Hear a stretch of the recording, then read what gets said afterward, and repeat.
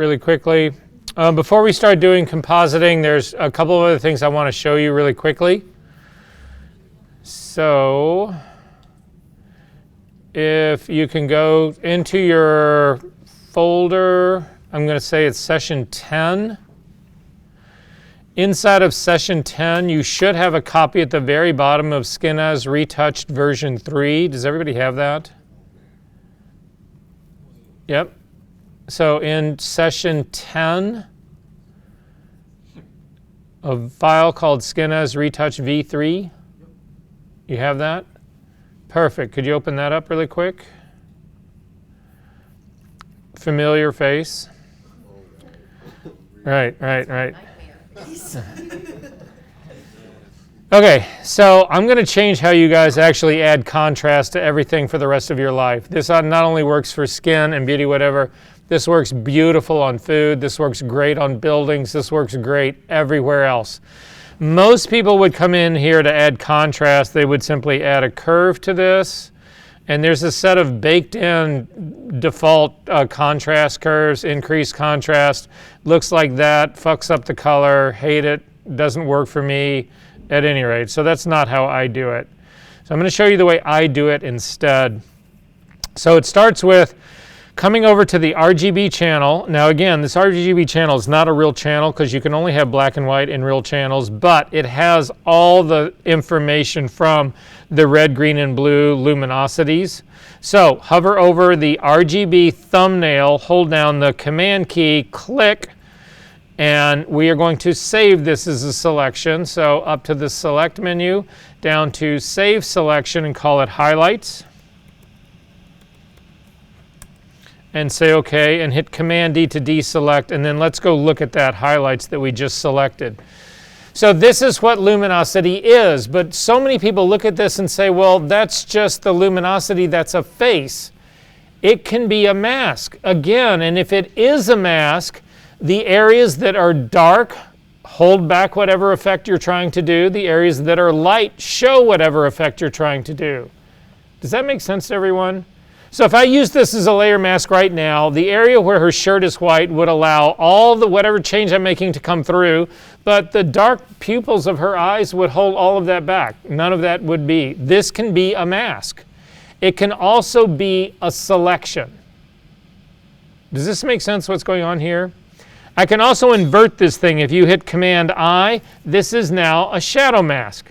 So areas that are highlighted here, the areas that are lighter are actually darker. So if I use this as a layer mask, the areas that are around her shirt would be less affected than the areas that are her face. Her pupils of her eyes would be the most affected.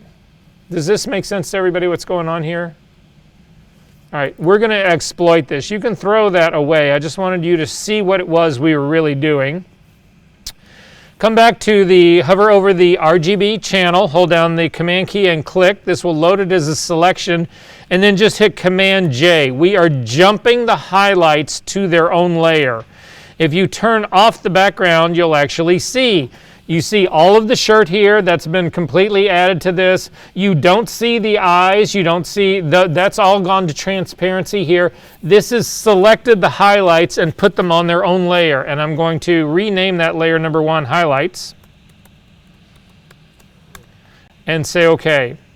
Then I'm going to turn that eyeball off. I'm going to go back, select your background again, turn it back on again. And we're going to do the same thing. I'm going to come over to my RGB channel. I'm going to hover over the RGB thumbnail, hold down the Command key, click. This is loaded the highlights again. I don't want those. I want the shadows.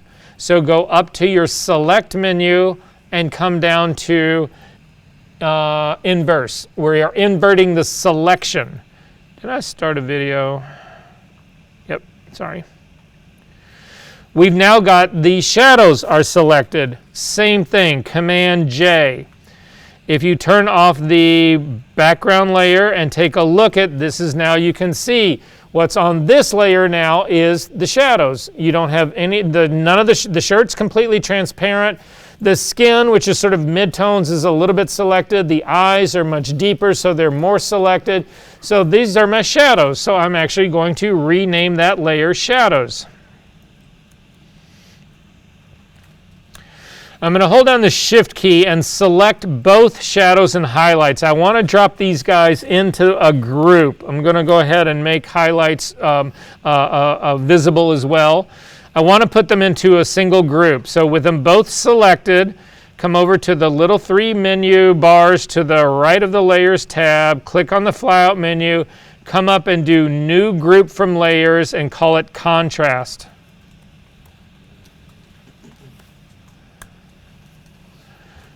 Open up your contrast group now. We're going to click on the highlights layer and we are going to change the blending mode of the highlights from normal down to, well here, first off, turn on the background layer as well. You shouldn't see any change because all we've done is copied the shadows and the highlights to their own layers, but they're in their own layers, they are still in these normal blending modes. But if you select the highlights that we put in that contrast group and change the blending mode from normal to screen, it makes them much lighter. They've now been brightened considerably. If you then go to the shadow layer and change its blending mode from normal to multiply, which is the opposite of screen, now we get a completely different contrast vibe. Now, I'm going to give you guys a ratio. It doesn't work all the time. Sometimes when I do this, I turn the shadows completely off. I do this. They're just off. Sometimes I leave this 1-to-1 relationship, but a ratio that I keep coming back to over and over and over and over and over again is that you want the highlights to be twice as strong as the shadows. So to do that, all you need to do is make sure the shadow layer is selected, drop its opacity down to 50%. So now we've actually got half of that correction happening in the shadows and the full 100% in the highlights. So now we've got that sort of like 1-to-1 relationship. Now if you collapse the contrast group, you can use the opacity slider of the group to control everything that's in the group. So that relationship 1-to-2 is intact inside of the group, but now you can simply drop the opacity down till you feel like you've got the good sort of like contrast range that you actually want in your image. And now if you turn this group on and off, you can see what an absolute insane difference that makes. And again, I'm going to turn it off. I'm going to add that curve one more time so you can see what the difference is. Again, the increased contrast curve. Would you rather have this as your final image, or would you rather have that as your final image? No comparison. Are we good on this part? All right. One last thing I want to talk about really quickly, and then we're going to start doing composite work. You can close this thing up. You don't need to save it.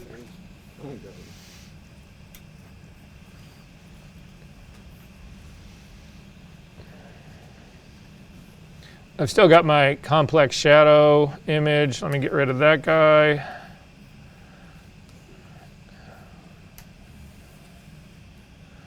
So the last file that I want is in that same group, in that Session 10 folder.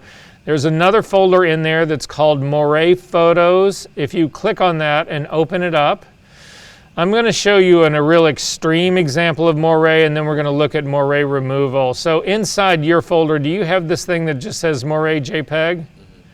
Double click on that just to open it up. This is actually a real shooting this is a shot that I was actually working on. This is an extreme example of Moray. Is everybody in this room familiar and knows and understands what Moray is? And does anybody not? Okay.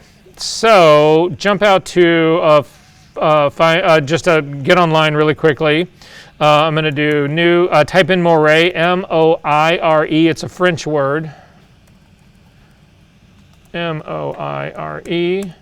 And say OK to that. And then go to videos is probably the easiest place to, don't go to videos, go to images. This is what happens with Moray. This is what Moray actually is. So if you imagine taking two screens that have got a grid in them, screen like, the window screen material, If they cross one another, as you start to move them, patterns will actually emerge that are a consequence of those two geometric shapes coming together. And the reason this happens is that, especially if you're using anything where the two screen elements are very, very close to one another in their size, in the width of the steel elements that are in it, the spaces that are in between it. If you get two identical pieces of screen, you get the maximum moire effect. If you've got one screen that's gigantic and another one that's really fine mesh, it doesn't happen so much. But basically, that's what it is. Anyway, if you click on the Wikipedia version of moire, it will actually take you to the Wikipedia version of it. I'm going to go to their website to look at it. They usually have an animated version of this. And you can actually see it down here at the bottom. You can see this is another version of what's happening here. Again, there is this pattern that ends up being created. If you guys watch TV, if you ever watch anybody who's on, any person who's on TV that's got a tie on, a lot of times the tie you'll get this like rainbow effect on the tie. Have you guys ever seen that part? That's moire. That's color moire. That's one kind of moire. There is also pattern moire.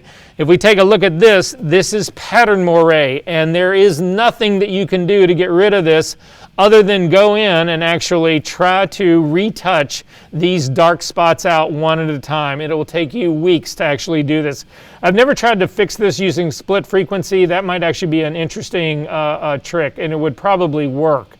But nonetheless, this is pattern moire. What we're going to deal with is color moire, which is much easier to fix. So if we go back into your session 10, the color moire removal file, it's a picture of a girl in a bathing suit. If you can open that up, this has actually got color moire. It's got a little bit of pattern in it as well, but the color is the one that matters in this. If you zoom in and take a look at her left boob, you'll see it. That's where it actually ends up being the very worst. And you can see that there's this rainbow pattern that's actually happening in here. The reason we are getting moire is far more a problem and far more problematic in digital than it is in film. If you shoot a piece of film is just covered in silver in a completely random pattern. But a digital sensor is not that. A digital sensor is a set of discrete fine lines that are all exactly the same size and are all perfectly parallel to one another, and they make up the pixel lines that are your sensor. When those lines of that sensor are close in shape and size to something like fabric, which is what we're looking at here, you run the risk of getting moire. Jack.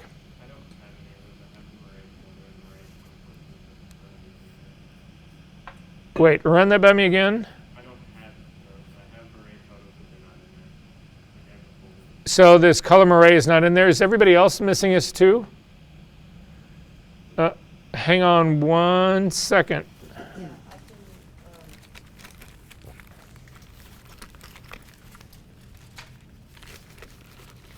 Jack, do you have a regular USB port? Oh, absolutely. Let's try and airdrop this to you.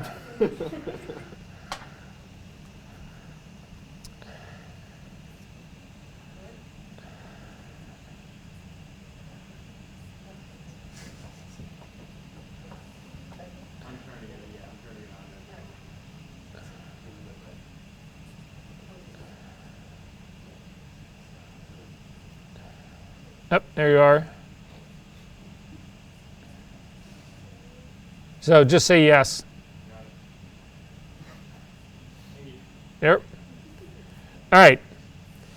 So at any rate, the reason you're getting moire here is that the sensor lines are very close in scale and spacing to the weave of the fabric that's in this bathing suit. So for those, again, I know not everybody in this class is shooting fashion, but for anybody who's actually doing anything like this, the thing to watch out for that cause moire are synthetic fabrics are notorious for doing it because there's a perfect weave of a synthetic fabric.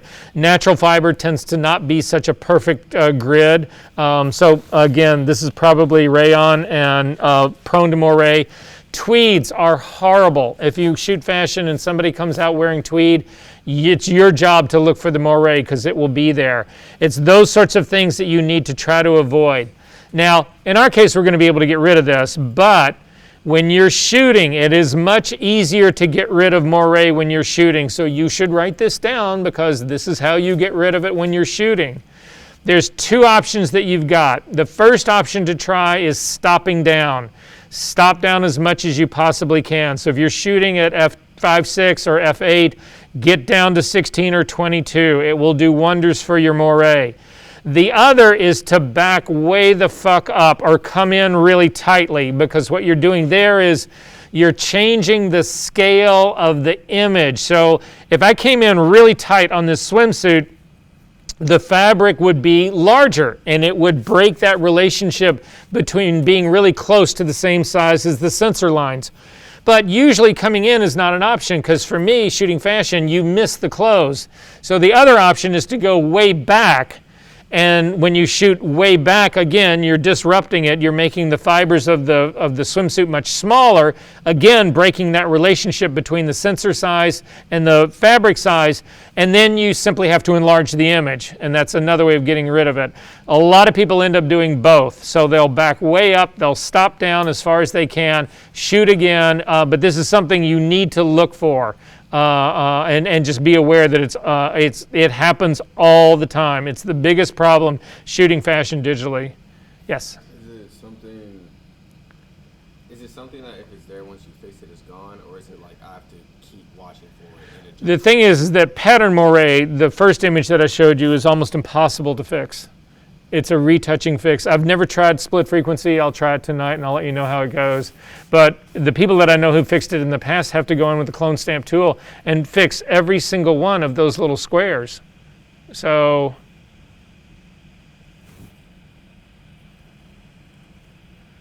I mean, literally, you are retouching. You're going in and you're trying to retouch this little thing by grabbing fabric here and retouching that, and you got to get the fabric to line up, and then you do the next one and you do the little shadow across. Imagine doing that for this whole thing. Oh, shoot yourself in the head. Yeah, no, not fun at all. Okay, so how do we fix this moire? So the way to fix this, the color moire, you need to make a duplicate of your image. So Command-J to make a copy of your background. And then we're going to simply blur this until we cannot see that rainbow anymore. So up to the filter menu, down to blur, down to Gaussian blur.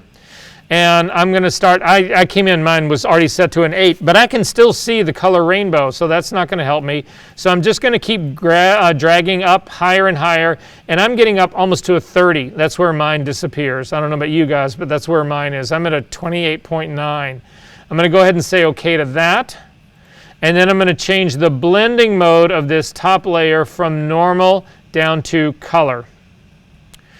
Now when we do that, it actually gets rid of the rainbow moire, but if you back out and take a look, you will also see that there's this halo that's now around this girl.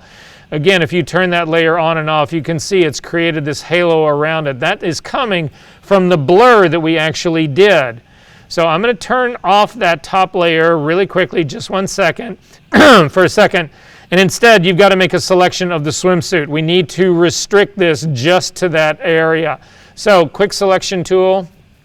There's a million tools you guys know that you can use to do this. I'm just going to start using the quick selection tool and click and just see if we can get the entire body selected. I mean, I'm just the swimsuit. I don't want anything else selected. I'm trying to make a selection on a layer that's got the image, the eyeballs turned off. That's why it's having so much trouble. Command-D to deselect. Make your background, the visible one, active. And now when you click, it'll actually hit the whole thing. It'll do it pretty fast. I've got a little spill over onto her arm, so hold down the Option key and click to drag through the shadow of her arm to remove it from there. The rest of it is pretty good. Yeah, this is all looking pretty good. Go back up to your moire removal layer, turn it on, and apply it as a layer mask. And now you don't have the halo that's going around her body, but you also do not have the moire. I don't have the halo. You what? I don't have the halo. Like the halo, it's just, I don't know what I did wrong, but she's just weird. So here, real quick again, throw away that top layer. Command J. Blur it. Filter, blur, Gaussian blur, type in 30. Change the blending mode from normal to color, and you should have that halo. Turn off the moire layer, select the background layer. Wait, you said normal to what? I just had to redo something. The blending mode? Color.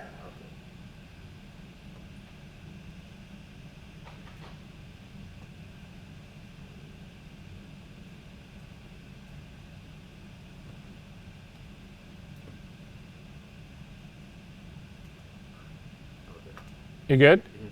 Good. And then we're just going to make a quick selection of the swimsuit.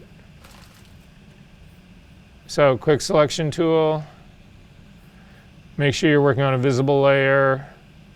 Just drag across. It selects the suit. It selected the shadow under her arm. Hold down the Option key and just drag across that, and we'll get rid of it. And then go back to your moire, remove a layer, turn it on, and just apply as layer mask. So the only thing is showing is the suit.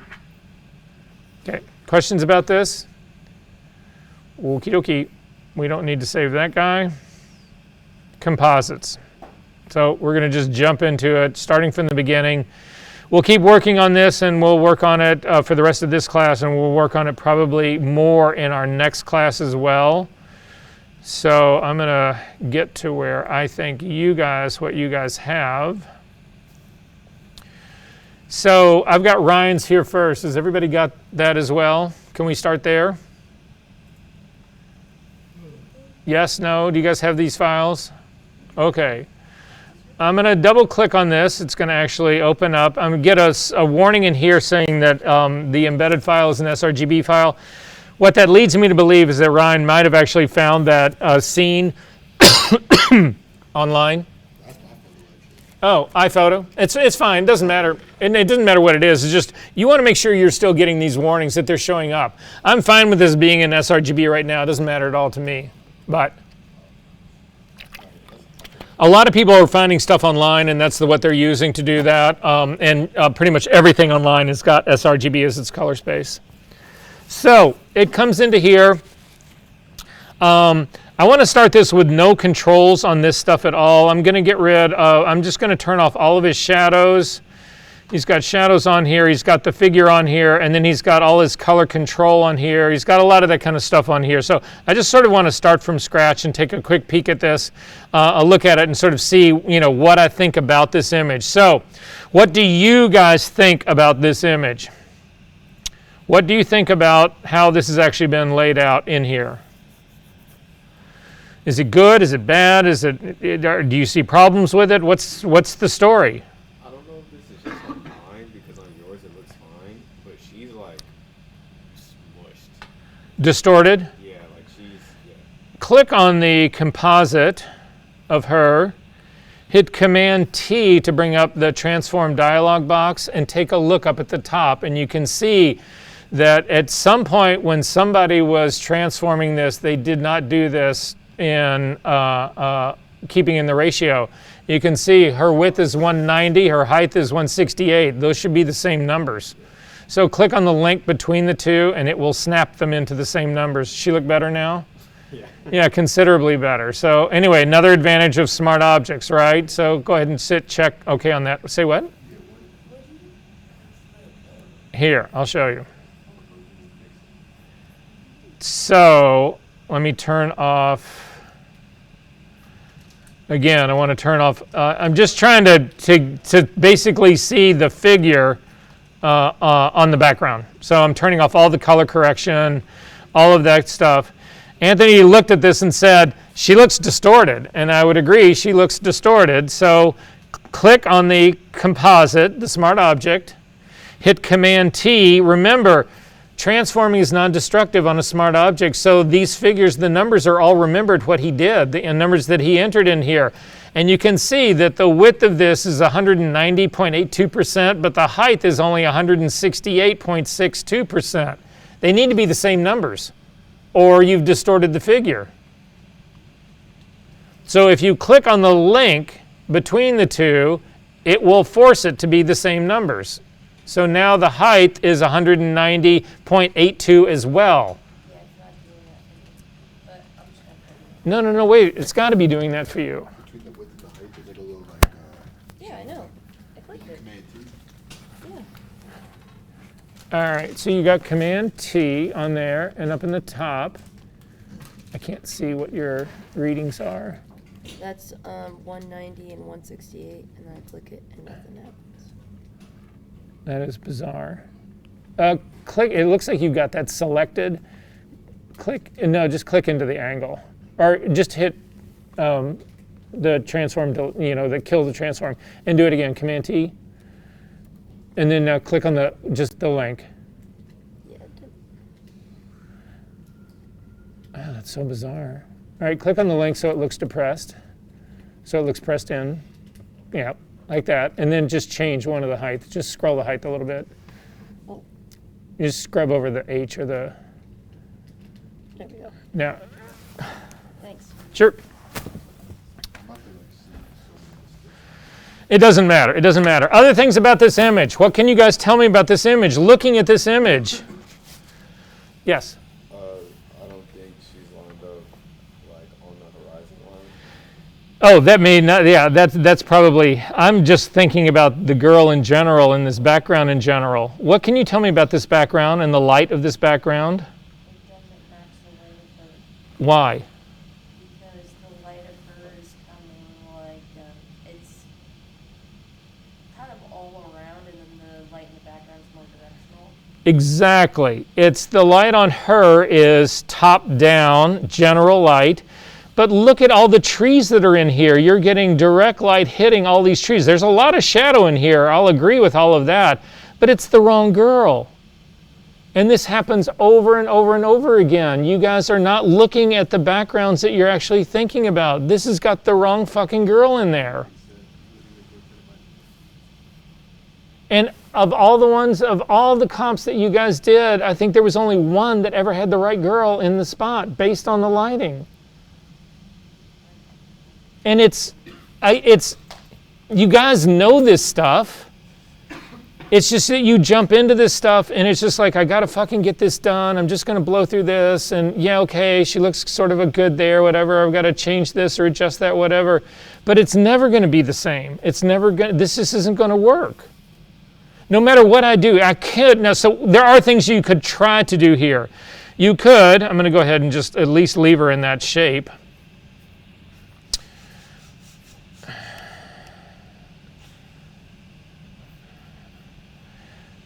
You could try to find an area where you feel like she would be in serious shadow, but I don't see it in here. You could try to recreate, like imagine a big tree that's sitting outside that's throwing a shadow across her. You could try all of those tricks, but at the end of the day, this just isn't going to work. So we're going to start from scratch on this one and do this right. You guys ready for this? I want you to click the background copy that's sitting down at the bottom.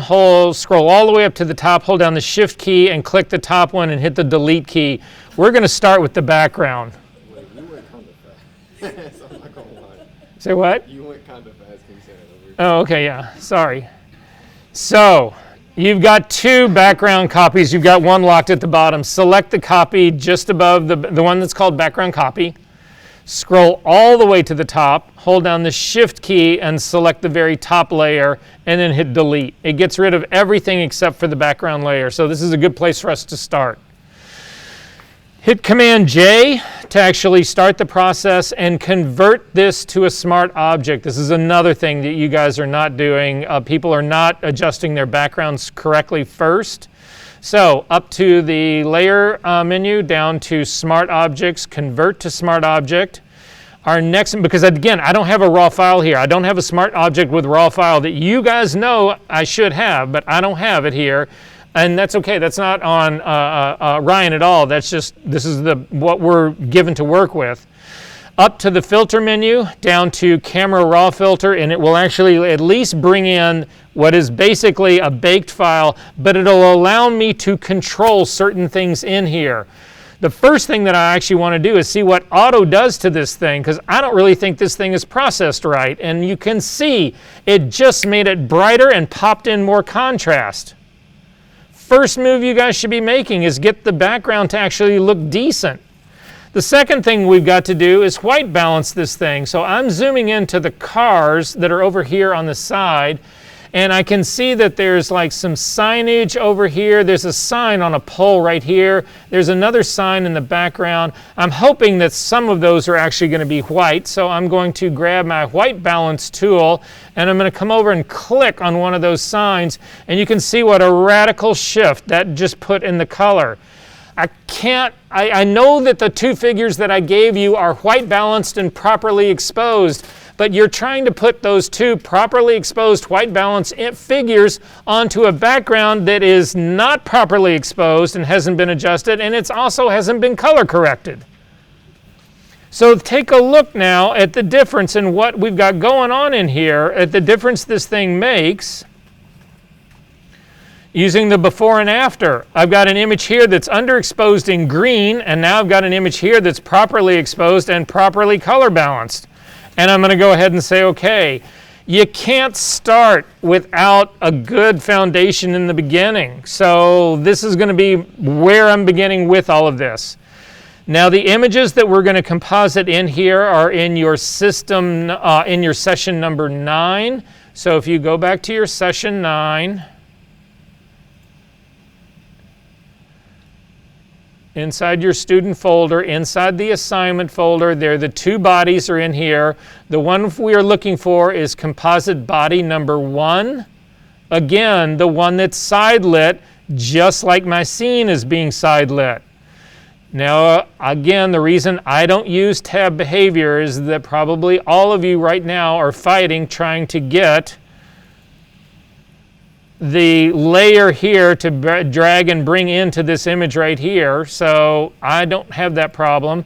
I'm simply going to click on the smart object and drag the girl onto the tree background, hold down the shift key to bring her in space. You're going to get a warning of a color mismatch. You just say you want to preserve the colors, just leave it at its defaults.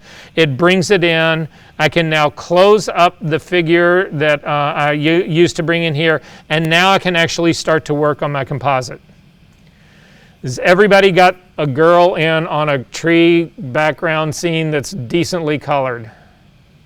So when I go to click to get into camera raw, it just opens up another version of the picture. So if I go to like the background right here, and then I click it, this opens. Oh yeah, that's not the part that you're trying to do though. So again, you go ahead and close that part up. So you're still on this part right here, Yeah. up to filter camera raw. Filter. Oh, okay. See, it's always like then if I double click it, it would take me into. If you double click it, only if it's a raw file. This isn't a raw file, this is a baked file. So it actually is showing you what's inside that smart object, but it doesn't give you this. Okay, cool. Sure.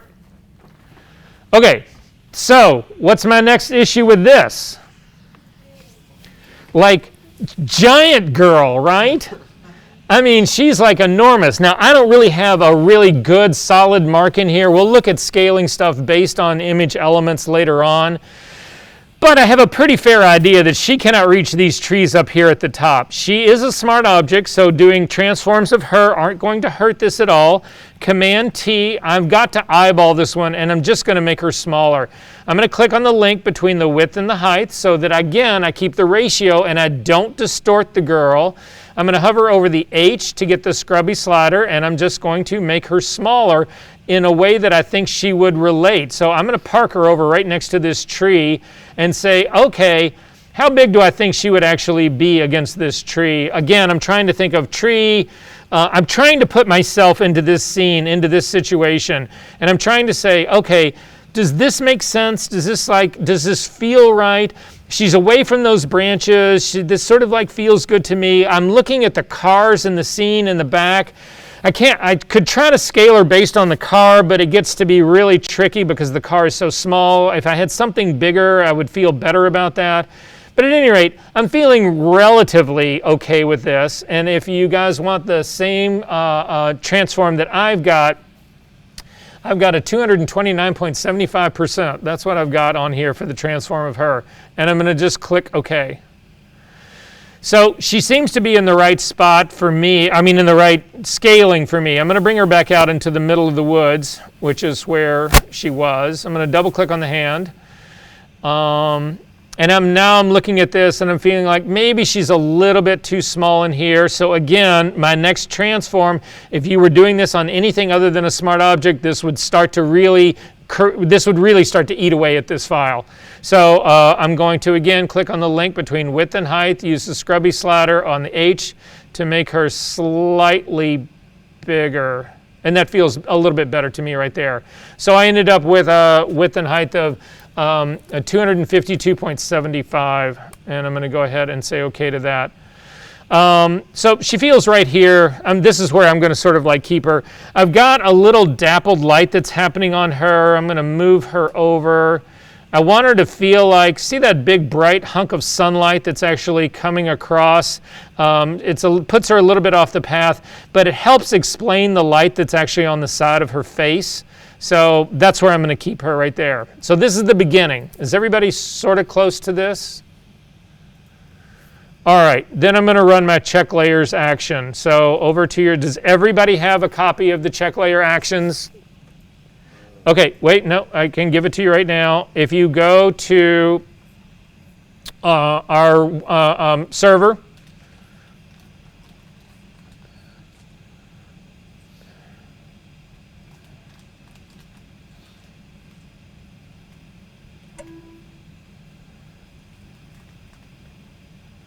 you need to download this thing that says checklayerset.atn. Can you find that? Drag that to your desktop, put it someplace. Once you load it, you're not going to need it again. You might want to save it in case you go to another computer or something like that. But anyway, so just get it onto your desktop. You don't want to load it from the server. Then back in Photoshop, go to your Actions palette, so the Actions tab, the little three menu, the little 3-line menu thing that's to the right of that, click on it, you'll get a flyout menu, and you want to come down to Load Actions.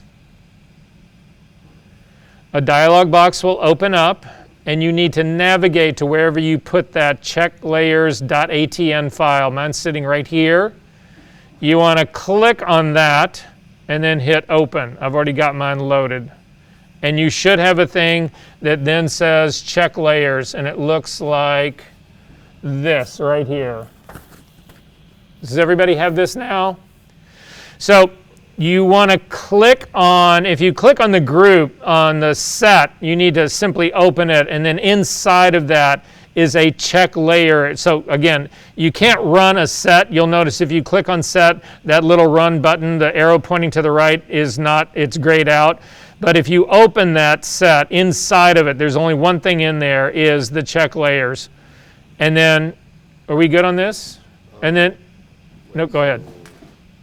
Where do we put it so it goes into Photoshop? So did you download it and just put it on your desktop or whatever? Yeah. All right, so in Photoshop, go to your Actions palette. Yeah. Click on the little 3 lines to the right. Come down to Load Actions. Navigate to your desktop where you can find that. Click on it and hit Open. Then go back to Photoshop, and it should be sitting right in one of your Actions groups. You may have to scroll up or down to see it. All right, so everybody got this? All right, click Run. So I'm going to click on Check Layers, and I'm going to click the arrow that points to the right, and it builds all the check layers for me, and I end up with this like solarized looking image because my color check layers are actually active at the very top, but this is not where we're going to start. So I'm going to turn off the check color is the 2 adjustment layers that are at the very top. What I really want to start with is the luminosity check layer. So I'm going to simply click on the luminosity check layer, and what it does is it actually turns the image black and white, but it does it based on your visual perception. If you were here when we first talked about this, I showed you that you can take, well here, I'll just show you here really quickly. You don't need to do this. This is just to show you why this check layer is special, why you can't just turn this thing into a black and white. So I've got a blank layer here. I'm going to put a pure blue on it.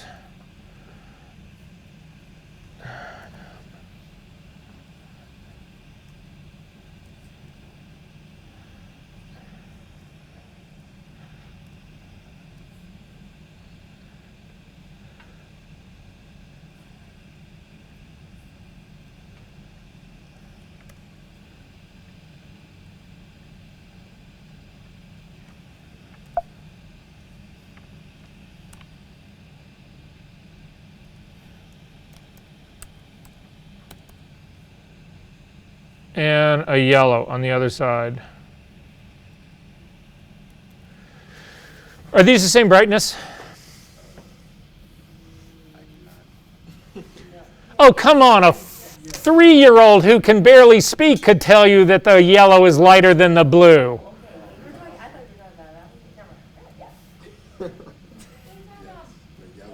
Now, I admit, I set you guys up over and over. Not really set you up, but I play with that a little bit, possibly, more than you might like. No, like numerically, yes. You know, like value-wise, no. But like, Okay, all right, that's fine. That's fine. If just somebody said to me, I need a really bright color, I wouldn't pick the blue. I would go with the yellow. Just me, I don't know. However, so this is what most people do, is I'm going to desaturate this thing. So up to the image menu, down to adjustments, and we're going to just desaturate it. And you can see it's not. They're the exact same brightness. But that's not the way human eyes perceive this. So I'm going to Command Z to undo that. Instead, I'm going to turn on the luminosity check layer, and you can see it respects the way human eyes perceive brightness. We see the yellow as being lighter, and the blue is being darker. So when we're using a check layer to make that adjustment, if it's making it all look the same, we're screwed. We will never be able to get it to work. I need something that is showing me luminosity the way my eyes perceive it, not the way the numbers in Photoshop read out. That's the long and the short of it. So I've got my check layer on, and I'm going to zoom into this, and I'm actually just trying to figure out. So now what I'm looking at here primarily are, does she fit in this scene? And I look at the highlights out of it, and that part seems to fit in here actually pretty well. What's not fitting in well is I think the shadows on the side of her are a little too deep. If I start to look around the image and I'm looking at the other side, I'm looking at the shadows that are coming off on the ground, this just seems a little extreme to me on the side of her. So we need to lift the contrast. Now, everybody in the world tries to change the contrast using curves to begin with, and it only makes your image suck. Don't use a curve to change the contrast on this. You might use a curve to bump it up. I still wouldn't do that. If I needed to actually change the contrast on here, there's other ways that I would go about doing this. It is a smart object. The first thing that I would do would be come up and run a camera raw filter on it, because I've got all sorts of contrast controls right here. I can drop the contrast way down. I can actually open up my shadows. I've got all this control, but you guys go in there and put some skanky ass curve on this that destroys the image, makes her look like she, anyway. Can you tell I'm getting, anyway. But the problem in doing it in camera raw is you can't see it in the context. It's not only not black and white, cancel all the changes. It's not only not black and white, but I don't get to see it in connected in with the trees, which is what I need to be able to see. So to do that, hey Mari, can I get my charger back? I'm dying now. I think between both of us trading, we should be able to get through this. I believe so too. I believe in it. I should be fine for the rest. Oh, I'm at target this thing's raining like this. Thanks.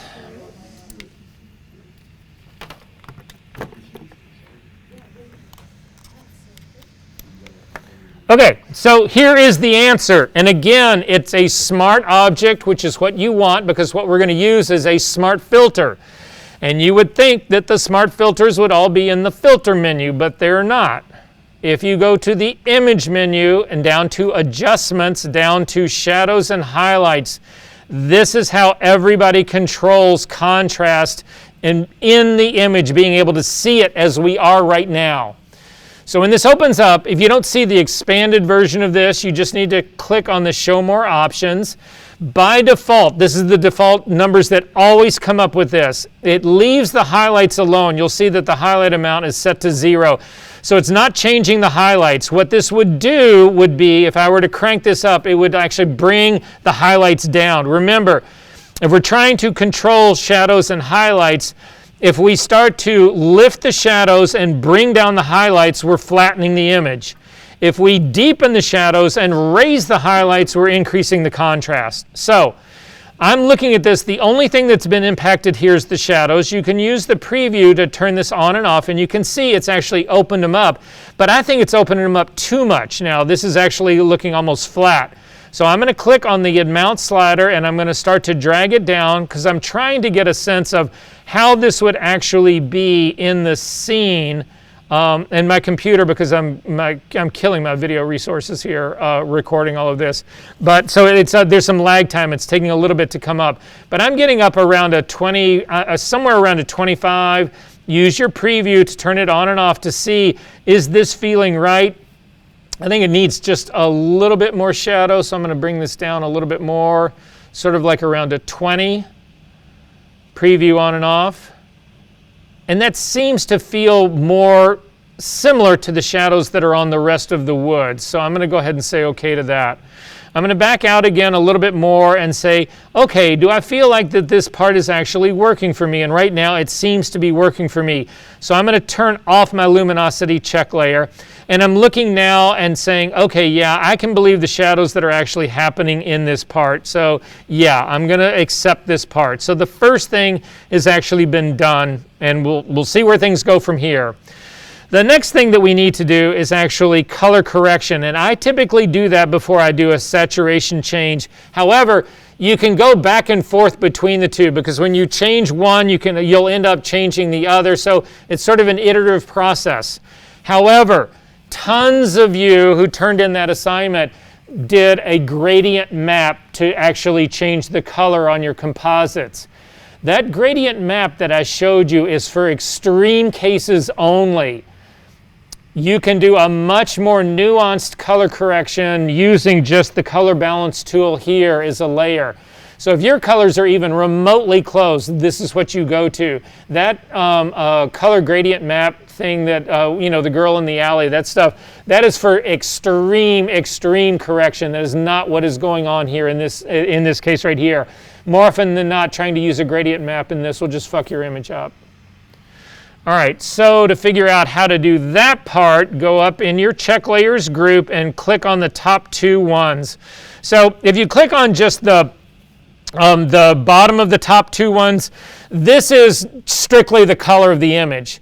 However, I always think that this gets to be really difficult to see the differences in her relative to the rest of the background. And that's why there's a hue saturation layer that's put up on top to really amplify this color up. This is only an aid to help me see this stuff. And so when I'm looking at this right now, color-wise, she seems very consistent in this background space. If you take a look at her face, it may have slightly too much red in it. Again, when I'm looking at her in the whole general scene, there are areas that have pretty extreme red in it, but there's not much of it. Most of it is more like the color of her shoulders, her arms, that kind of stuff. Her face seems a little bit too red for me. So I'm going to try to back that off just a little bit. To do that, select your composite layer, because all the layers that we're going to use now to control color and saturation, we need them to be directly on top of the girl because we need to clip those layers, those control layers to the girl, because we only want to change her color. We don't want to change the whole color of the scene. We want to change just her color. So come down to, make sure that the composite is selected, come down to adjustment layer, click on this, and we are going to come up to add color balance. Right off the bat, you need to change the blending mode of color balance from normal all the way down to color. All we want this layer to do is affect the color. Again, this is an RGB image. If we do not set that to color balance, it will also affect the luminosity. It will change all of the tones of this image. I'm going to zoom in a little bit on her face. If you take a look at the properties panel that just came out, you can actually see that it's the primary colors and the secondary colors, and they're set up as the complements of each other. So the complement of red is cyan. If I want to remove some of this red, I do it by grabbing the slider and pulling it towards the cyan. And you can see it's having an impact on my background, and the reason it's having an impact on my background is I have not clipped this to the girl. So I'm going to zero this out. To clip this image, this adjustment layer to the girl, hover your cursor between the two layers, hold down the Option key and click. You will get a little arrow pointing down that's saying now that this is clipping it just to the girl. If you can't remember that, if you look at the bottom of your properties panel, there's also a little box with an arrow pointing down. This is how you can clip and unclip. It's the same thing. It's just this is newer than I'm old school, and I've been doing clipping layers like this for a very long time, so it's just what I go to. Now you can see I'm going to do some radical change. I'm just going to throw it all green, whatever. You can see it's not impacting the background, it's only impacting the girl, which is what we want to actually have happen. I'm going to zero this out. And then I'm actually going to come up to my cyan red, and I'm going to start to push it to the side. And you can see it's not really impacting her face at all. That's the part that I wanted to impact, which leads me to believe it's not a cyan problem, a red problem, it's a magenta problem. So I'm going to zero that out, and I'm going to grab the magenta instead and grab it and start to pull it a little bit to the green. And you can see that that's actually lightening up and putting a little bit of yellowish almost color into her face. So I'm going to bump that part up just a little bit. This is a very subtle control panel. I'm going to turn off my color layers and see, do I feel like this actually now matches the color of the scene? Come down to your layer that you just changed with this and turn this on and off. And you can see it took out just that touch of red that now makes me completely believe in this color. Are we good on that part? Final is the saturation check. If you click on this, this shows you the saturation of the image. Now, what I'm really looking for here is not so much the dress. I mean, the dress is actually matching the saturation. So what you see in a saturation check layer is that anything that's dark is relatively desaturated. Anything that's light is very saturated. So you can see her dress is very saturated in this. The leaves are very saturated in this. The trees are not very saturated. Her legs are not very saturated. Her skin is not very saturated. So I'm looking at this and I'm feeling like, yes, this seems like a relatively good balance in here. I'm not really feeling like it's out of character. I'm seeing all the tones in her. I'm seeing in this whole background. So I'm feeling, I don't think there's a saturation check to be made in here. So this part's simply off for me. I'm going to go back and do my luminosity check layer, and I want to make sure that I feel like she's not too bright in this scene. I've positioned her so it looks like she's being hit by this direct light, so that might be a part of it. But I'm feeling like she's fitting in this scene pretty well. I'm going to turn my luminosity check layer off, and this is the composite that I've started with. Now again, really quickly, just to make this more believable, I'm going to come down to, I need to put shadows in for her. So I'm going to come down on my background layer, because again, shadows go on top of backgrounds, but underneath the figures. So in that feeling of all of this, I'm actually going to add a blank layer at the bottom. I am going to go to my pen tool and my tablet,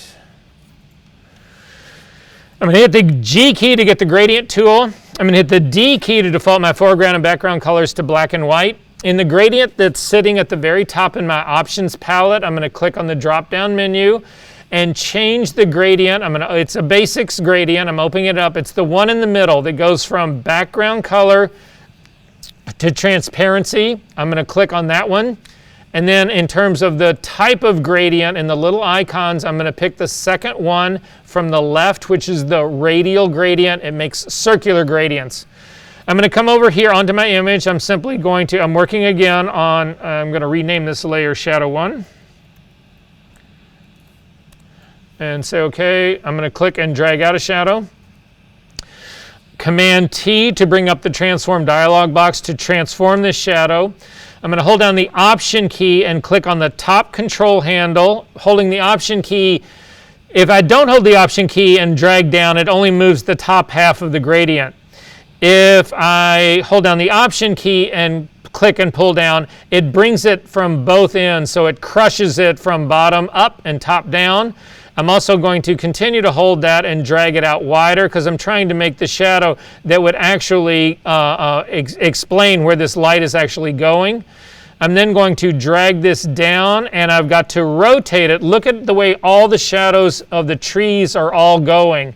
This thing needs to actually match the direction of those trees. So I'm going to do that part right there. I'm going to bring the darker bulk part of the shadow underneath her and pull a little of that rotation out and lift it up a little bit. I'm going to crush this a little bit more, again holding down the Option key and bringing it in a little bit tighter. And then I'm going to go ahead and say OK to that.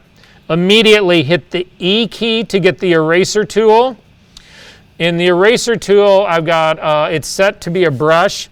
I'm going to leave the opacity at 100, but the flow is at 6%. It lets us control this a little bit easier. There would be, I'm going to turn off everything except for the girl in the shadow, just so you can see. To do that, hold down your Option key and click on the shadow and then click on the girl again. You can see that there is shadow all in front of this girl. That would never happen. So with the eraser tool selected, the E key, I can simply scrub along this line here to get rid of this whole shadow that's in the front. I'm going to make my eraser a little bit bigger. There also, if you zoom in on this, there would be no shadow in front of her shoes, and there is right here. So I'm going to erase those as well. So I've gotten rid of all of that part. I'm going to turn back on my background. This shadow is, look at it relative to everybody else. It's way, way, way, way too dark. I can see the ground through all of these other shadows. So we need to drop the opacity of the shadow that we just built for her so that it sort of matches that background a little bit. And I feel like that's a good one there, pretty good. The thing that's always missing is the shadow that's actually between feet, and those shadows tend to be extremely dark. So I'm going to add another layer to create a shadow 2. G key to get the gradient tool. Drag out a gradient. Command T to transform it. Hold down the Option key. Crush this. Make it even narrower. We're looking for just something to go right literally between her toes. I'm going to put it right down in here. And that part seems pretty good to me, so I'm going to go ahead and say OK to that. Immediately to the E key to get the eraser. Again, there would be no shadow on this side of her. There would be no shadow in the front. And there would be no shadow on this other side of her either. Double click on the hand, and we can continue to work on this over and over and over. I'm still looking at this. I'm going to try one last thing. I'm going to turn on my luminosity check layer one more time. I actually am going to make her slightly darker. I think she's a little bit too light in this scenario here, so I'm going to just see whether I like that part better or not. So to make her darker, again, I'm going to go up to the layer, actually the color layer needs to be on. The color layer for her, let me make sure everybody else is on. Yeah. The color layer for her, because that will impact your luminosity. So I'm going to click on the color adjustment layer. We are going to add just a regular curve to this now. In the regular curve, I need to change, again, this is now luminosity we're talking about. Change the blend mode from normal down to luminosity. And then again, this needs to be clipped to the layer below so it only controls the girl. Watch what happens now if I make this much darker. It's just impacting the girl. That's what we want to actually do here.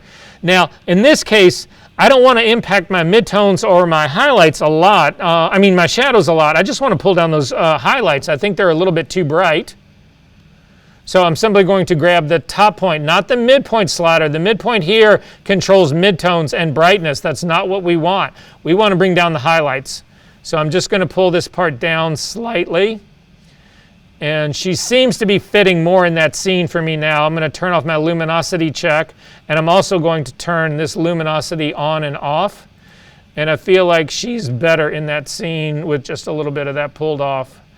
I'm going to do back to my history palette, and I'm going to do a snapshot of my history. And then I'm going to scroll all the way up to the top, and we're going to click on the difference between Ryan's and yours. Say what? Yeah, everyone likes this one better. If you wanted to gild the lily a little bit, this may be a little much, but we're going to try it anyway. I'm going to add one more adjustment layer to her, to clip to her. It's going to be a luminosity adjustment layer. So again, I've got the curve that I just put on there. I'm going to add another curve, and I'm going to change its luminosity. Its blending mode to normal. From normal to luminosity. I'm going to click on that little icon to clip it down, and actually I'm going to then take the white point and I'm going to drag it in the opposite direction to make things considerably lighter. So I'm going to fine-tune adjust this in just a second.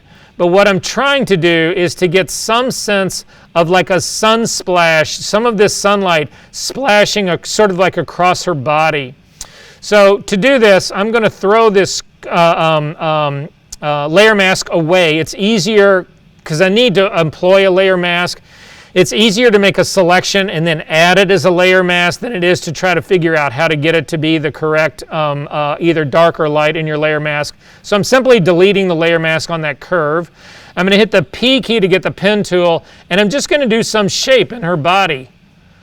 I don't know what it is. It's some leafy shape thing. Here, hang on one second. I'm going to do a little bit more of a curve in there. So we'll put some sort of curve into this, sort of something like this. I don't know. And that's just going to be it. We'll just sort of see what this looks like. So I'm going to go to my path palette, Command-click to load this as a selection. Go back to this curve that I've used to make everything so much lighter, and I'm just going to say add a layer mask to this.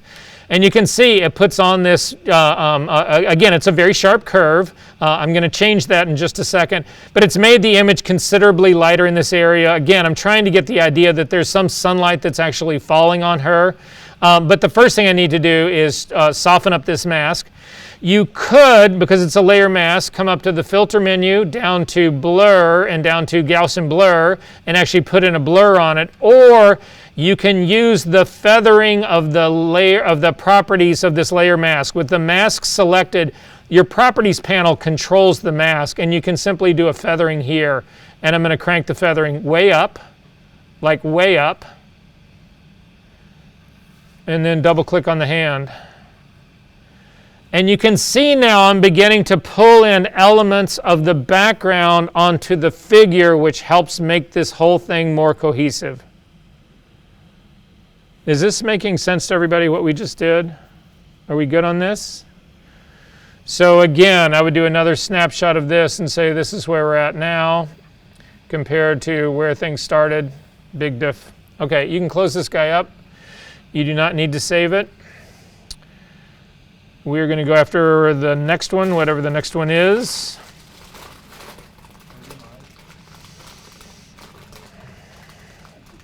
It is Xavier's.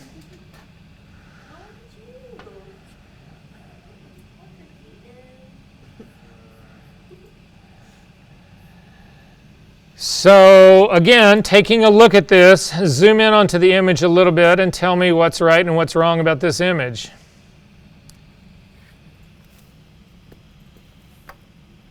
I've already given you a hint. Do you see any lights in this image? Not directional ones. Like the sun, right? What do you think all those little white globes at the very top are? Well, I meant like not like. It's not a spotlight, but where's the fucking light coming from? Straight down, right? There are windows on both sides, but look at the lights that are coming in through all of those. So is this a directional light or a flat light? Is the light on this girl directional or flat? It's directional. It's coming from the side. It's the wrong fucking girl again.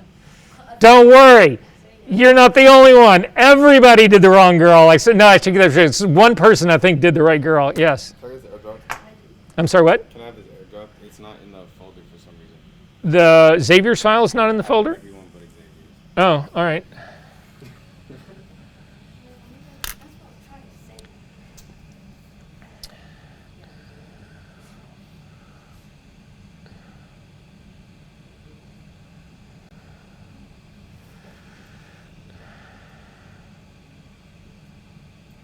Oh, mine is locked.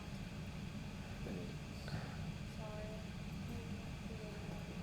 You need it as well? That's fine.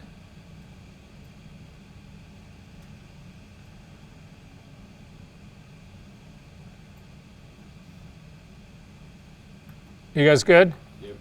Okay. So back into Photoshop. Again, we're going to get rid of everything in here, including the shadows. All we're going to keep is the background.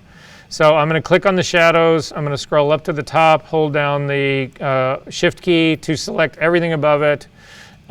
Hit the Delete key to get rid of all of that stuff. This is starting out as a smart object. I don't know if this is a smart object based on raw data or not. We'll find out right now. So I'm going to double click on it. It is a smart object, I know that part, but I don't know if this is a smart object based on raw data. It's not. So actually it could be a nested smart object because what's inside of this is also a smart object. So I'm going to double click on that and open it up. And you can see it started out just as a regular JPEG or it's a baked file. So I'm going to close all of those up. I can't use, again, if it was raw data, I would be going into Camera Raw. Instead, I've got to use the Camera Raw filter, which is what I am going to do. So up here to the Camera Raw filter, come down. Don't select the version at the top.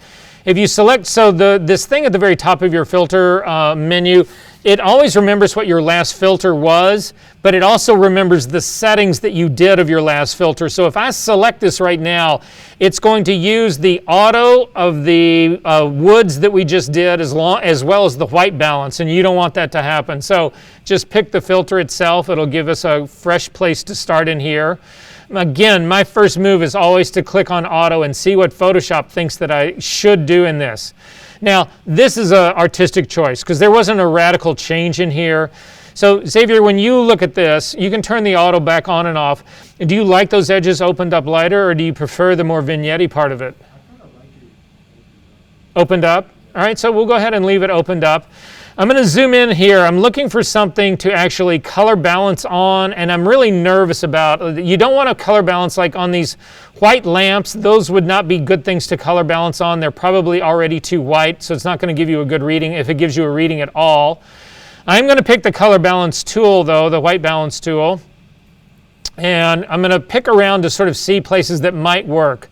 So there's a sign that's above the guy in the back that actually might be white, so I'm going to click on that. It takes out a little bit of the red, and I think that that actually is a good move. If you hit Command-Z, you'll see it puts in a little bit more of that. But this is really, we're being really nitpicky here in all of this. You can try the ceiling as well to see what the color balance up there would be. Again, it's fighting the red just a little bit, so I'm going to go back, I think, to the sign. I think that that's a little bit better. You could also try the sign that's on the very back wall. That's actually should be a neutral white, but it sucks out a little bit, especially on that floor. It pulls out a little bit of that red without killing all the brick color. So, Xavier, this is your shot, though. This is minor. Better or worse?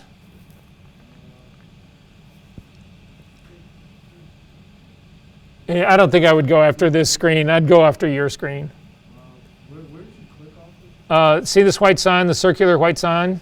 I figured that probably should be white. Like there's like a whole blue tip. It's killing some of the red though. But anyway, it doesn't matter. For compositing's sake, you would pick whichever one of these that you ultimately like in here. So I'm going to go ahead and say OK to that part. And then again, we need to bring in the correct, although one thing that I say that I feel like is also happening in here is I've got a loss of contrast. It seems like this outside is a little flary. It's lighter, but it's a little flary. Double click on the camera raw filter again to go right back into it. And I would boost the clarity on this a little bit. Just give it makes things a little bit sharper in that background.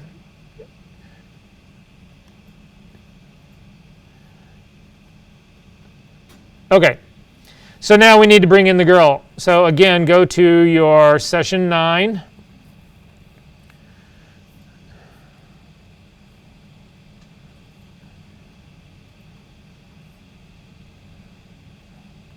Inside the assignment folder, and we're going after the other girl, the composite body 2.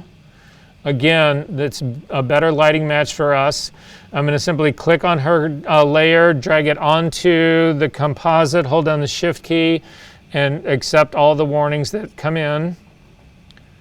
So she's actually there in the middle. I'm going to find the original composite and get rid of it. Again, if you leave files open that you don't need to have open in Photoshop, it's just using up resources, which isn't going to help you.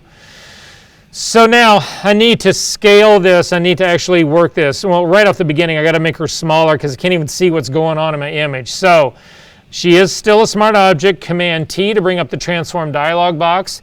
Click on the link between width and height up in the options palette. Hover your cursor over either the H or the W. It doesn't matter which one because they are linked together. And click and drag to the left to reduce her height and to get her down and make her a little bit smaller. So I have a size in this image that is known. It's the person that's sitting right back here in the background. I'm going to push this girl back there and scale her right next to that person. So I'm going to continue to make it smaller and drag it down. Again, once I get her in close to the guy, if you actually put her, again, I'm trying to get her foot right next to his foot. I'm going to put the anchor point then now down on her foot so that when I scale this, her foot won't move. It'll just make her smaller. And then I'm going to, again, click on the scrubby slider for the height and drag her down. Oops. And the width and the length somehow came unchained, so just make sure that they are still the same. I've taken her down a little bit too much. So the way I figure it is this, and again, this is just how I think. Do not judge me for saying any of this, but I'm going to go out on a limb, and I'm looking at that guy, and that's no 6-footer. That guy's 5'7", 5'8". This girl is 5'10", I know because I've shot her, and she's also wearing heels, so she's a solid 6 foot. 6 foot. Say what? 6 foot queen. Yep, totally. So she is going to be slightly taller than this guy, and right now she is slightly taller than this guy. So she is scaled properly for this space where she is right now. Now this may be not where we want her, but she's scaled correctly for this scene right now. So I'm going to go ahead and say okay to that. I'm also going to then hit the V key and move her slightly to the side. Again, if you hold down the Shift key and you move her, it will keep her, she will not go up or down. She will only go left to right. Or she will only go up and down and not left or right. It just restricts this. So she's at the same scale as the guy. She's a little bit taller than him, so I feel like that part is right. So my next move is to try to find out where the horizon line is in this image. Now, there is a guideline that's already in here, and so Xavier may have already found the horizon line, but we're going to see if that's really the case. I'm going to hide this horizon line by just hitting Command H. And then to get our new horizon lines, we need, again, converging lines. I get nervous about the brickwork that's on the side of this wall. I think like this brickwork right here is taller than the windows that are next to it. So that's not a good option for me. However, there's these black lines that are at the top that are actually very good lines for me. I don't know if it's conduit, I don't know what it is, but those are good solid lines for me. So I'm going to hit the P key to get the pen tool, and I'm going to click on this line that's on the upper right side. Again, click, make sure that the little gear that's up in the options palette has got rubber bands showing so that you can see where this is going to trace. And I'm simply going to drag this to the other side so that it traces exactly along that black line of whatever that element is in the roof. I'm going to click once down there. That gives me one of my lines. I'm going to come up now to the other black line on the left-hand side. I'm going to click on that and then drag again across and bring it up or down so that it's tracking exactly on that black line again. I'm going to click that part, and this gives me my horizon line. So I'm going to click on my ruler, click and drag down and put a line right at the intersection of those 2 points on that. So if that was Xavier's original one, it's a little bit lower than what I found on this, but again, they're probably both pretty close. I'm going to go to my path palette and get rid of that work path because it's just confusing lines for me. To transform this girl now in perspective, go to the Layers palette, select the composite body, hit Command T to do a transform, and we need to actually put this anchor point on one of these two transform lines. So I'm going to actually put it on the one that I found, the one that's at the very top, right above her head. If we put it to one side or the other, it will just skew her. It'll push her one direction or the other. If you put it right above her, then when we do the transform, she will come straight to the camera. You could always skew her to one side, get her where you wanted as close to the camera, and then move her to the side just like we did before. But at any rate, this is how I'm going to do it. Once you get the anchor point set on the horizon line, hold down the Shift key and the Option key, click the lower right transform, and you can pull her up, and she is transforming actually in perspective right now. So I'm going to bring her up, and again, I'm looking at her now. I've got a lot of lines going on right now, so it's hard to see if I really believe she's scaled right in proportion to the guy. Yeah. Okay, I'll show you. Hang on. We're going to go all the way back. I'm going to undo the transform. So you've got the girl sized about right, standing next to the guy, right? Yeah, the horizon line is just like make her head so like that. So wait, so the horizon line is touching her head? Yeah, so that one. Okay, no, that's fine. Then get rid of the horizon line. You know where it is. Yeah. Because that's only causing you trouble. Hit the V key to get the move tool. Hover over the horizon line that you want to get rid of and click and drag it right back up to the ruler, and it'll get rid of it. Now when we transform the girl, Command T, just drag the anchor point up to the top of her head. And then hold down the Shift key and the Option key, click the lower handle for the transform tool and pull her forward, and she will transform in scale.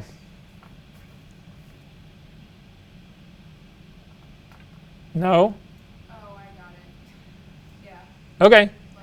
Then again, before I say OK to this, I'm going to hit Command H to hide all of those lines, and I'm going to zip back out to see, do I believe this? Do I believe she has actually been scaled correctly in this? The problem that we have with this is that the horizon line of the girl is about at her knees. We've now put it at the top of her head. It's, again, the perspective on this is never going to match. The girl was shot from a low angle. The scene of the hallway here, whatever, is probably shot from camera height. So that part's not really working for me. So I'm going to hit Command Z to undo it. I'm going to do Command, you don't even need to do Command H. Well, yeah, we can do Command H. We'll look at what Xavier's ended up being. So I'm going to do zoom in again. I'm going to grab the anchor point, if I can, and I'm going to put it on Xavier's line. And then do the same thing. Hold down the Shift key and the Option key and pull this a little bit more forward. And that feels a little bit better to me. to be perfectly honest with you. It seems a little bit more correct. Her size relative to the guy in the back, it seems more believable to me. Doesn't it seem that way to you guys? So that's where I'm going to actually leave this part. I'm going to go ahead and hit OK. I've just brought her up to the front. So I'm going to hit OK to do that part. This guideline is bothering me, though. I want to get rid of it. So I'm going to come up to the View menu, down to Guides, to Clear Guides. It'll just get rid of it. And now, again, I need to match everything else in her. She's scaled right. She's in a good position. The lighting on her is somewhat correct, but we're going to find out how the rest of this plays out. Another confirmation that that lighting is primarily from overhead is look at the shadow on the guy.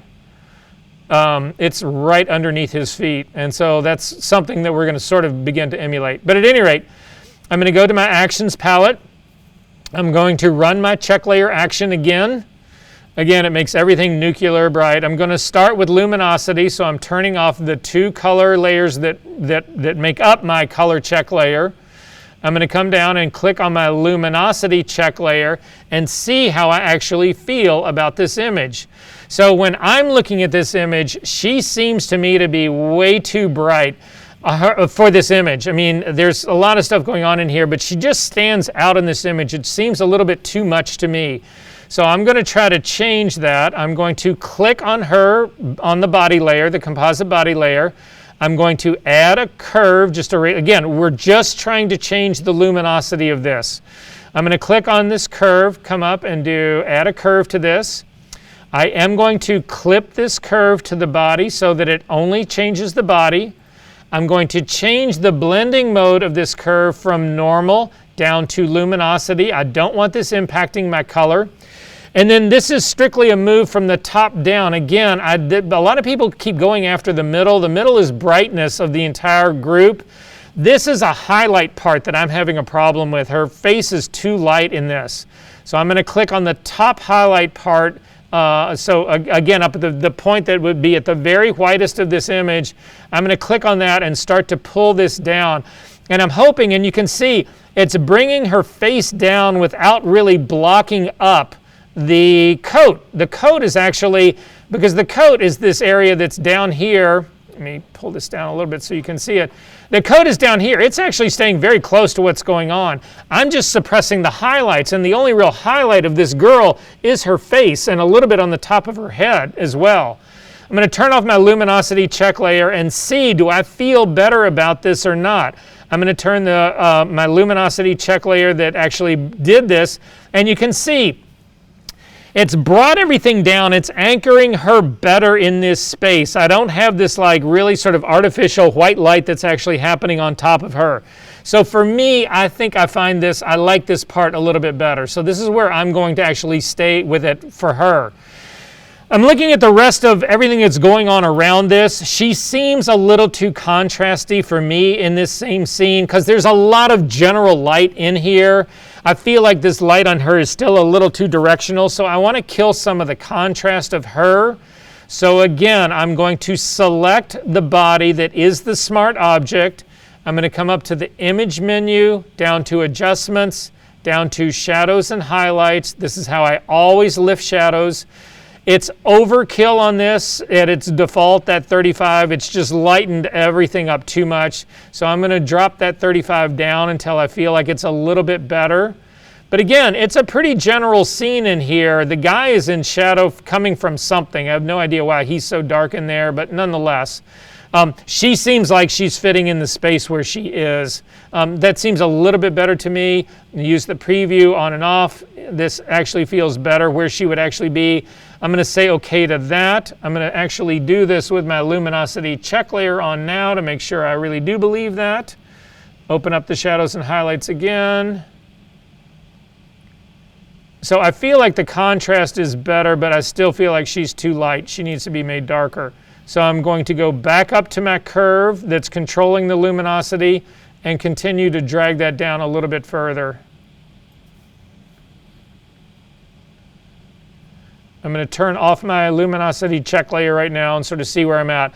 And this feels better to me in the space. The color is off and the saturation is off, but she seems to be fitting more into this space, I think. What do you guys think? All right, let's do color next. So turn on both color check layers. So again, in this color check layer, what I feel like that I've got in here is her skin tone is actually really close to what's going on in here, but I don't think her her coat is completely different. I mean, again, it's the exact opposite of what should be going on in here. Again, I need it. I'm seeing a lot of reds in here. There's some lighter cyans, but her coat is like this deep, deep, deep blue, and that would not be the color in this scene. So I'm going to go back down to my luminosity layer that's already made her darker, and I'm going to click on this because I want the color change to happen right above it. Again, I have to have all of my layers that are controlling these checks sitting right on top of the girl because they need to be clipped to her. So I am going to add a color balance on top of this. I'm going to change its blending mode to color. I'm going to clip it to the girl so that so my color changes here only are impacting the girl. And I'm going to start by fighting some of the blue that I'm seeing in her coat. So I'm going to come to the blue-yellow slider, and I'm going to click and start to drag this a little bit to the right, to the left, to put in just a little bit of yellow in there. And you can see that it's beginning to now not stand out so much. It's not the same cyan that's happening in the background, but it is actually some of the yellow that I'm getting, some of the yellows that I'm getting up off the floor. Again, if it's, this box itself doesn't have a preview check mark on and off, but if you look at the bottom of the properties panel, there is a little eyeball right next to a garbage can. That will turn your layer on and off. And you can see this hasn't really impacted her skin tone at all, which I think is probably a good thing. But it's actually pulling some of that blue out and pushing it a little bit more to what I feel like is going on in the scene. I'm going to turn off of my check layers. And I'm going to come back down to that color layer and turn it on and off and see if I feel like she's fitting better into this space. And I actually do. It's putting in a little bit, there's a little bit more brown that's actually happening in here. So I'm feeling a little bit better about that guy. And then finally, I'm going to go to my saturation check layer and turn it on. And you can see that her face has got more saturation than anything else except for these signs. This little bitty sign up here has got a lot of saturation. There's some stuff on this back wall that's got quite a bit of saturation, but this whole area that's around her doesn't really have a lot of saturation in it. So I'm going to knock the saturation off of her a little bit. So I'm going to click on the color layer that I just added that actually put in that little bit of yellow because I want my saturation my adjustment layer to be right above it. So I'm going to click on, again, hue saturation layer now. I'm going to clip the hue saturation to the girl so it only impacts the girl, but I've also got to change the blending mode from normal down to saturation so that it only impacts the saturation. And then I'm just going to grab the saturation slider and start to pull it down. It's only really going to impact her face because there is no real saturation in her. There's no real color in her jacket or anything else. Her face now, I'm at a -17 on the saturation. It seems to fit more into the background for me. So I'm going to turn off my saturation check layer and then turn off that desaturation as much as I did. I think it fits the scene a little bit more, so I'm feeling pretty much more comfortable with this. There is a lot of bright light on this floor, so we need shadows, but we also need some fall off to be happening on this girl. So I need something that will actually look like there's light coming from the top down. It is coming from the top down, but I feel like that that the shorts and her legs, whatever, are just a little bit too bright. So I'm going to add a layer above the hue saturation layer that I just did, just a blank layer. It's not an adjustment layer at all, just a blank layer on top of that. I am going to clip this, and this is where you run into the problem with using that icon on the properties panel. We don't have a way to clip this. There's no clipping little icon up here. So again, hover your cursor between layer 1 and the hue saturation layer we just added, hold down the Option key and click. It will actually add a clipping layer to that. Hit the B key to get a brush. Make sure that it is a completely soft brush. Make sure that it's 100% opacity, 100% flow, and it is normal. And I'm going to make the brush big enough that the middle of the brush is at her feet and the top of her the brush is actually sort of at her belt, a little bit higher. Yeah, so you can see the center of my brush is right at her feet. The edge of the brush is at the top, and again, because it's a soft brush, I'm going to get a gradient fall off here. I'm going to click once to actually put that darkness in there, and that did not give me at all what I was expecting. Hang on 1 second. 1, 2. Normal, 100% opacity, 100% flow. Let's try that again. I'm actually getting a whole lot of that color that's actually sitting right on top of her, and I don't know why that is. Hang on 1 second. Well, I'm just going to grab this guy and move it. So I'm going to hit the V key to get the move tool. And again, because it's clipped to her, I'm going to just drag this part down.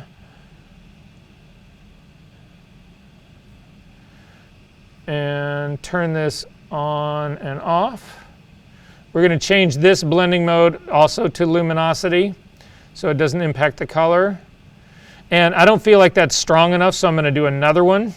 Click on another layer, again, clip it to the girl. Hit the B key to get a brush and make it smaller now. Smaller, because I'm trying to get more fall off at the bottom of her feet, although it looks like her feet have almost gone black, so we'll see. B key, smaller brush. Click again. And maybe if we add shadows here, it'll pull it all together. So, final step, back to the background layer. Click on the background layer. We are going to add a blank layer on top of that to do our shadows. Double click on it, call it Shadow 1.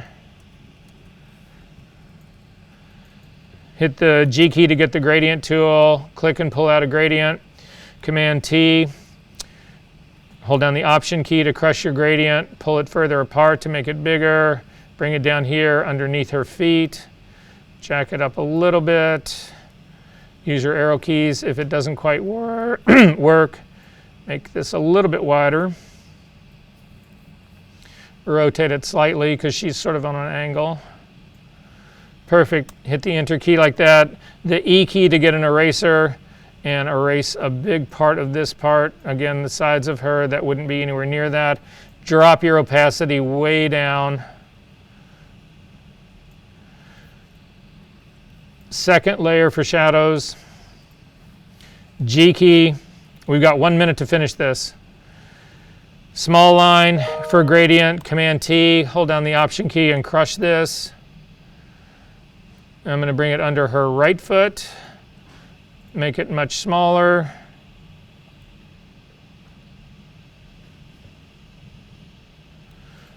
I'm going to say OK to that. Hit the V key to move it. Get it to go up and a little bit to the side. The E key to get an eraser. Zoom in on this.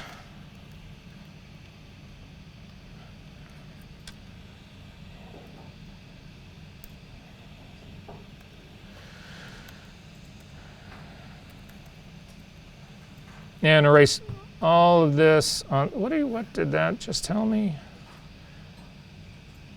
That should be a B key. Okay, this keeps referring back to my clone stamp tool. I think my computer is no longer happy with me. Every time I hit my bracket keys to make my tool larger or smaller, it changes it to the clone stamp tool. Not good.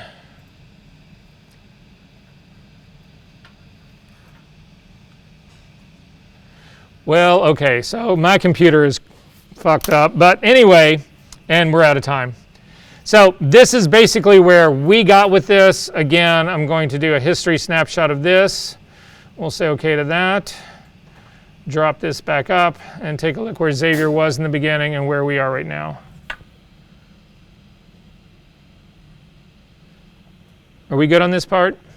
All right, guys. The homework for the rest of the semester is to work on your final projects.